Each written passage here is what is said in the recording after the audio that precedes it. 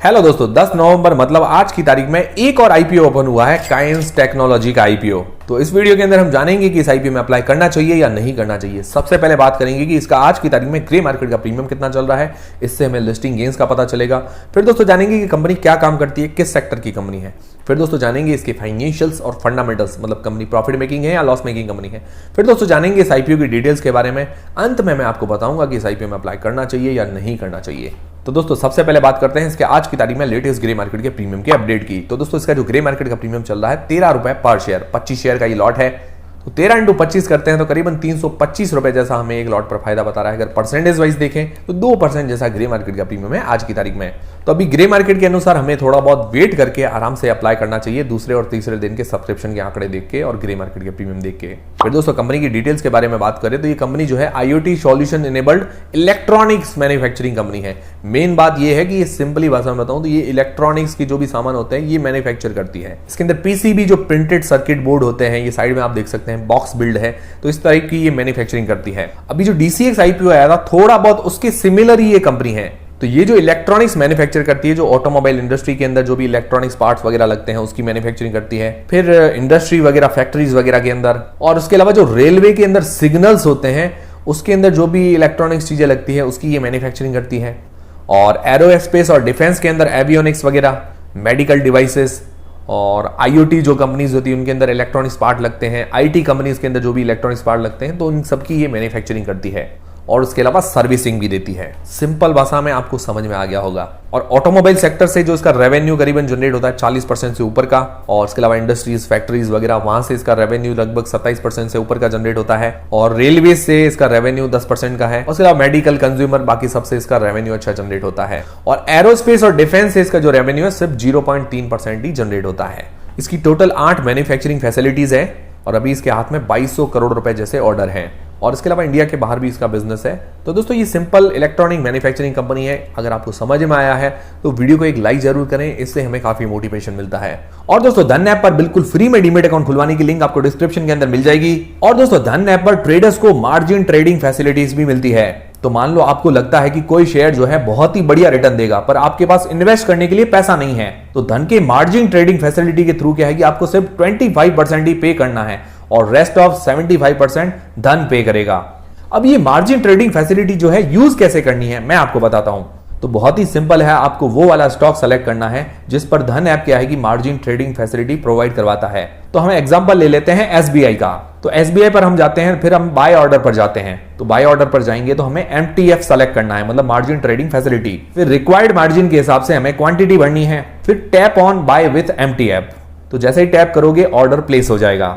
And place these holding between 4 PM to 9 PM from position page to qualify for MTF order.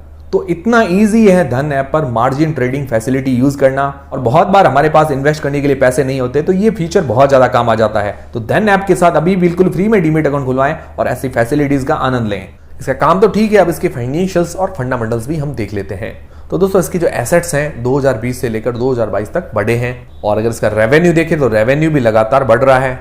और पिछले साल 2021 की तुलना में 2022 के अंदर 68% की ग्रोथ है रेवेन्यू के अंदर। और इसका प्रॉफिट भी बढ़ा है 2021 से लेकर 2022 तक। प्रॉफिट के अंदर 300% जैसी ग्रोथ है, ये भी बहुत जबरदस्त बात है। और इसकी नेटवर्थ भी बढ़ी है, पर इसके ऊपर जो उधारी मतलब डेप्ट जो है 186 करोड़ रुपए का है आज की तारीख में।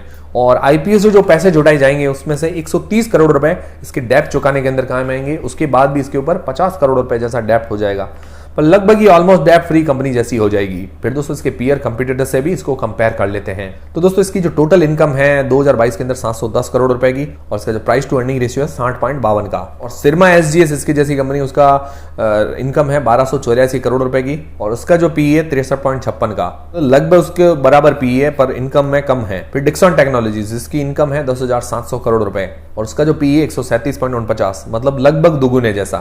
पर ये इनकम के मामले में अगर देखें, पर इनकम के मामले में डिक्सन जो है 15 गुना बड़ी कंपनी है कायंस से। और अंबर एंटरप्राइजेज की जो इनकम है 4,239 करोड़ रुपए और उसका जो PE है 61.72 का। और अंबर एंटरप्राइजेज से 6 गुना छोटी कंपनी है, पर PE वाइज देखें तो बराबर PE वैल्यूएशंस पर है। तो ऑल ओवर इसकी इनकम के हिसाब से वैल्यूएशंस देखें तो काफी महंगी नजर आ रही है ये कंपनी। तो उसका प्राइस बैंड है करीब करीब जो इसकी इनकम है उस हिसाब से 180 रुपए से लेकर 200 रुपए के बीच में होना चाहिए था। पर्सनली मेरी राय है। फिर दोस्तों इस आईपीओ की डिटेल्स के बारे में बात करते हैं। तो दोस्तों ये आईपीओ जो है 10 नवंबर से लेकर 14 नवंबर के बीच में ओपन रहेगा और इसका जो प्राइस बैंड है 559 रुपए से लेकर 587 रुपए के बीच में, और ये 25 शेयर का लॉट है और इसका जो प्राइस बैंड काफी महंगा नजर आ रहा है।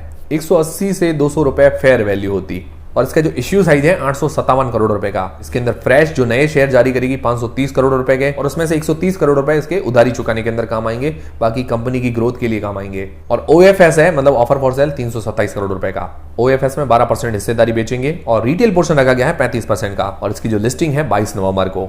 अब दोस्तों ये हो गई सारी आईपीओ की डिटेल्स। अब मेन बात आती है कि इस आईपीओ में अप्लाई करना चाहिए नहीं करना चाहिए। सबसे पहले लिस्टिंग गेन्स के हिसाब से अगर देखें, और दोस्तों अलॉटमेंट के चांसेस अगर आप बढ़ाना चाहते हैं तो धन ऐप पर बिल्कुल फ्री में डीमेट अकाउंट खुलवा सकते हैं, और आईपीओ सेल करने पर 0 चार्जेस हैं। तो दोस्तों लिस्टिंग गेन्स के हिसाब से अगर देखें तो 2% जैसा इसका ग्रे मार्केट का प्रीमियम है, जो कि अभी बहुत कम चल रहा है। तो अभी दूसरे तीसरे दिन के सब्सक्रिप्शन के आंकड़े देख के उसके बाद वेट करके अप्लाई करना बेहतर रहेगा।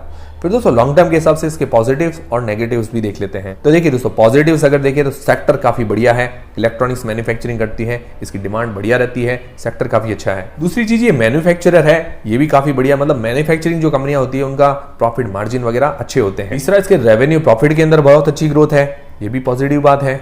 फिर इसके ऊपर उधारी मतलब जो डेप्थ है वो फ्रेश इश्यू से चुका देंगे, उसके बाद लगभग ये ऑलमोस्ट डेप्थ फ्री कंपनी हो जाएगी, तो ये भी इसके लिए थोड़ा पॉजिटिव पॉइंट है। फिर इसके अंदर सबसे बड़ा और एक ही नेगेटिव पॉइंट मुझे लगा, इसका प्राइस बैंड काफी ज्यादा है। जो वैल्यूएशन ये मांग रहे हैं काफी हाई है, इतनी ज्यादा वैल्यूएशन नहीं मांगनी चाहिए। 180 से 200 रुपए इसकी फेयर प्राइस है, मतलब जो ये 500 रुपए से ऊपर का इन्होंने प्राइस बैंड रखा है काफी महंगा है। और अभी जो आपने देखा था डीसीएक्स सिस्टम का जो आईपीओ है उसका प्राइस बैंड था 200 रुपए के आसपास, तो वो काफी फेयर वैल्यूएशंस पर लग रहा था, और ये काफी महंगा नजर आ रहा है। और उसके अलावा बाकी इस कंपनी के अंदर मुझे कोई भी नेगेटिव पॉइंट नहीं लगा। अगर ये कंपनी का जो प्राइस बैंड है 180 से 200 रुपए के आसपास होता तो एकदम फेयर वैल्यूएशंस होती, और उसमें हमें लिस्टिंग गेन्स भी अच्छा देखने को मिलता, पर ज्यादा है, अब क्या कर सकते हैं, जो भी है।